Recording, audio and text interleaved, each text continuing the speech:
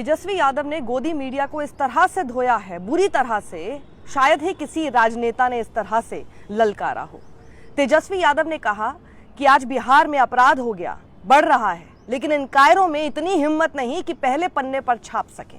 क्या कहा तेजस्वी यादव ने, पहले वो सुनिए। कुछ मीडिया है, उनका टीटीएम करने का काम भी लोग छोड़ेंगे नहीं।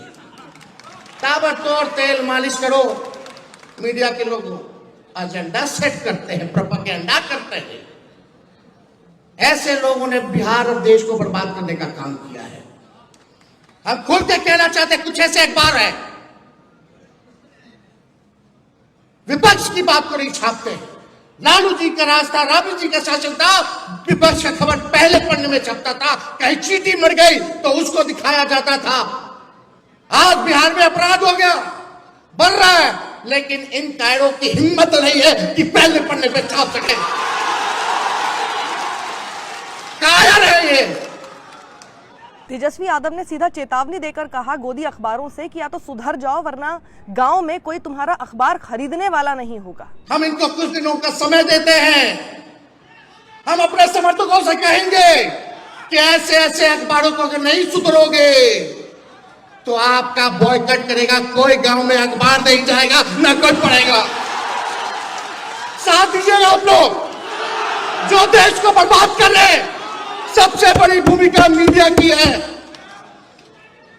दिन भर प्रोपेगेंडा चलाने वाले लोग, सामंतवादी लोग, कब्जा लिया है इन लोगों ने। बिके हुए लोग हैं ये लोग, बिके हुए लोग हैं। तेजस्वी यादव ने साथ ही कहा कि हम बॉयकॉट करेंगे। उनका गुस्सा एक हद तक जायज भी है, क्योंकि आपने देखा ही होगा कि किस तरह का स्पेस आखिर विपक्ष को दिया जाता है। मैं सिर्फ अगर टीवी की बात कर लूं, आप अगर 5 साल से मुझे फॉलो कर रहे हैं, आप इस बात को समझ रहे होंगे हमारा अस्तित्व, हम यूट्यूब पर, हम पत्रकारों का अस्तित्व ही क्यों है, क्योंकि लेवल प्लेइंग फील्ड ही नहीं है।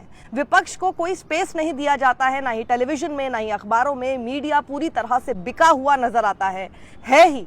और वहीं पर आप अगर देखेंगे टेलीविजन चैनल्स पर, न्यूज चैनल्स आप देख लीजिए, 5 विंडो होंगी आपके सामने, उनमें से 4 हमेशा सत्ता पक्ष के लोग होंगे, एंकर समेत।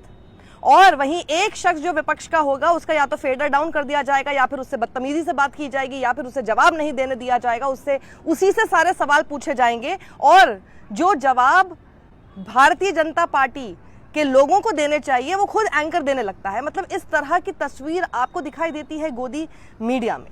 वहीं आप अखबारों की भी बात कर लीजिए, अखबारों का भी इसी तरह का हाल है। पूरी तरह से आपको दिखाई देगा कि विपक्ष को कोई स्पेस या तो नहीं मिलती, या फिर अगर मिलती भी है तो सिर्फ विलन की भूमिका में। विपक्ष को विलन बनाकर आपके सामने दिखाया जाता है, वो भी प्रोपेगेंडा का हिस्सा है सत्ता पक्ष के लिए।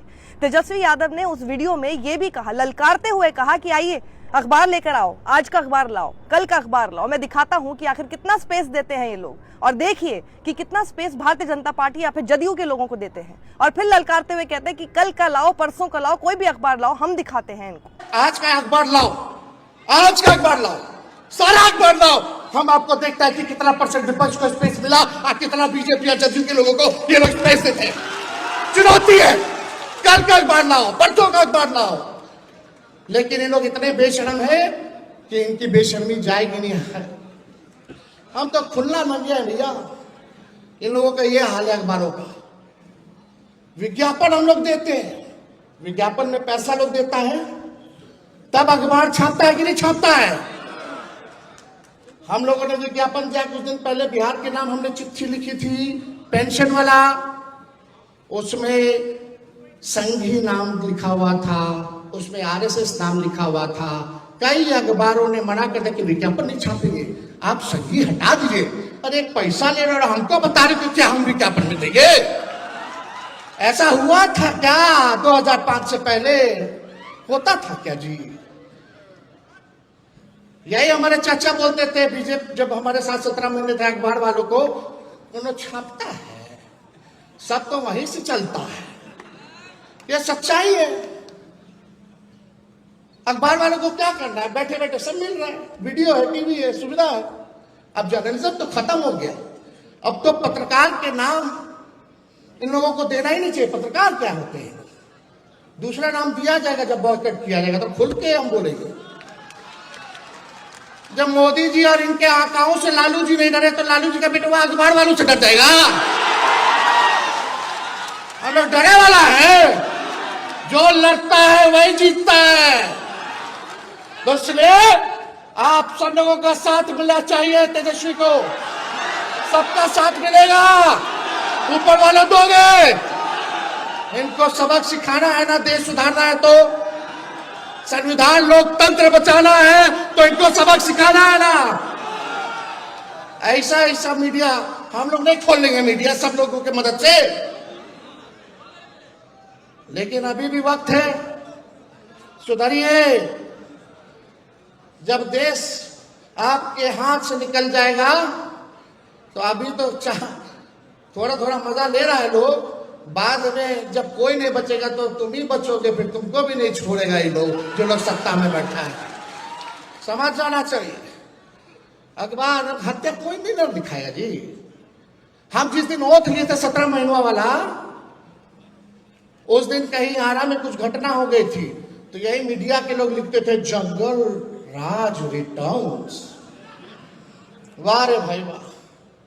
आज क्या है, आज क्या स्थिति है बताइए। कहीं भी जाओ, ब्लॉक थाना जाओ, घूसखोरी बढ़ी है कि नहीं बढ़ी है? कितना घोटाला हो रहा है, सबको छुपा दिया जा रहा है। तो तेजस्वी ने जिस तरह से ललकारा है, मुझे याद नहीं कि किसी भी राजनेता ने इस तरह से ललकारा हो। हाँ, राहुल गांधी लगातार गोदी मीडिया के इस व्यवहार के बारे में बोलते रहे हैं, लेकिन हम देखते हैं कि उनकी तरफ से या उनके ही प्रवक्ताओं की तरफ से उन्हीं गोदी मीडिया पर जाने की भी होड़ लगी रहती है। यहाँ पर तेजस्वी ने जो बात कही वो बिल्कुल सच साबित होती हुई ऐसे नजर आती है कि आप देखिएगा, पत्रकारों का काम क्या है? फैक्ट चेक करना। फैक्ट चेक करके हो सकता है ह्यूमन एरर बहुत बार हो सकते हैं, गलतियां हो सकती हैं, लेकिन यहाँ गलती नहीं है। वहाँ यहाँ रोज आपके सामने सिर्फ प्रोपेगेंडा इस तरह का दिखता है कि बस व्हाट्सएप पर जो स्क्रिप्ट आ गई हो उसे उसी तरह से बिना सोचे समझे छाप दिया गया हो।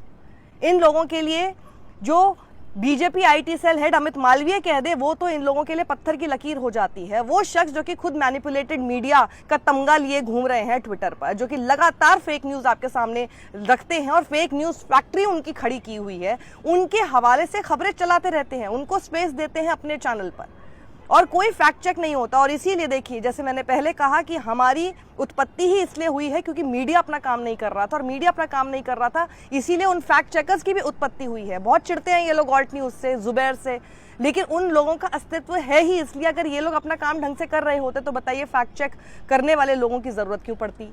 बताइए, अगर ये लोग स्पेस पूरा दे रहे होते, आपको हर तरह की खबर आपको दिखा रहे होते, तो यूट्यूब पर आकर हम लोगों को आपको हर पहलू दिखाने, दूसरा पहलू दिखाने की जरूरत क्यों पड़ रही होती? आपको जरूरत ही नहीं होती, आप कंज्यूम ही नहीं करते हमारी न्यूज। आप भी अपने न्यूज चैनल्स, अपने टेलीविजन सेट्स को इस तरह से बंद करके नहीं बैठे होते और यूट्यूब नहीं देख रहे होते। पिछले दिनों आपने देखा होगा कि अखिलेश यादव ने भी दैनिक जागरण अखबार का बहिष्कार करने की बात अपने समर्थकों से कही थी और उन्होंने साथ ही मीडिया की निष्पक्षता पर भी सवाल उठाया था। उन्होंने क्या कहा था सुनिए। उन्होंने कहा था कि अखबार अब पत्रकारिता नहीं बल्कि एक खास राजनीतिक पार्टी के प्रचार का काम कर रहा है। अखिलेश यादव ने अपने कार्यकर्ताओं से अपील की थी कि वो अब दैनिक जागरण पढ़ना बंद करें और ना ही उसके कारोबार से खुद को जोड़ें। अखिलेश यादव ने दावा किया था कि ये अखबार भारतीय जनता पार्टी के इशारे पर काम करता है और समाजवादी पार्टी की खबरों को या तो दबाया जाता है या फिर तोड़ मरोड़ कर आपके सामने पेश किया जाता है। सोचिए, क्या मीडिया का काम ये था? किस हद तक गिर चुका है मीडिया। राहुल गांधी भी लगातार पिछले कई सालों से गोदी मीडिया को आईना दिखा रहे हैं और ये गोदी मीडिया की चरण वंदना की ही वजह से आज हम इस लेवल तक आ चुके हैं। और ये बताते हुए मुझे बहुत कुछ अच्छा नहीं लगता, क्योंकि मैं भी उस मीडिया का पार्ट ही हूं कि हम लोग प्रेस फ्रीडम इंडेक्स में 180 देशों की सूची में 191 नंबर पर पहुंच जाते हैं।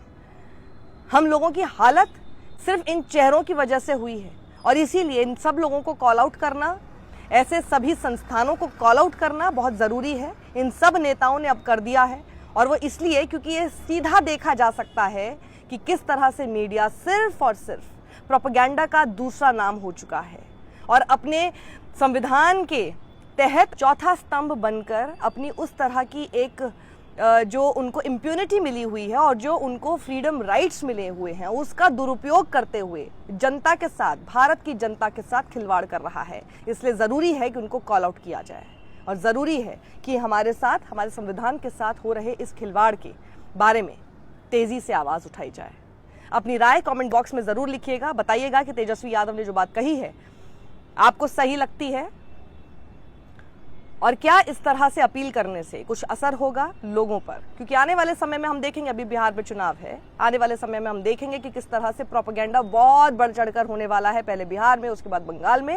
और जिस तरह की खबरें होंगी वैसे ही होंगी। जैसा कि तेजस्वी यादव ने कहा, विलन की तरह या तो विपक्ष को दिखाया जाएगा, उनको लेवल प्लेइंग फील्ड कभी नहीं मिलने वाली है इस मीडिया में।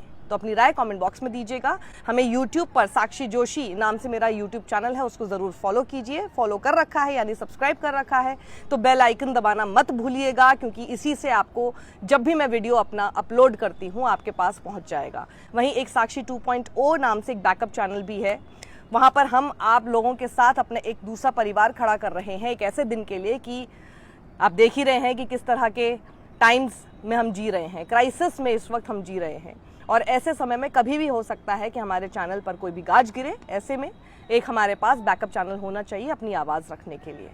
वहीं रेजर पे का एक लिंक हमने जनरेट किया है, अगर आपको हमारी टीम का काम पसंद आता है तो आप ज़रूर योगदान दें।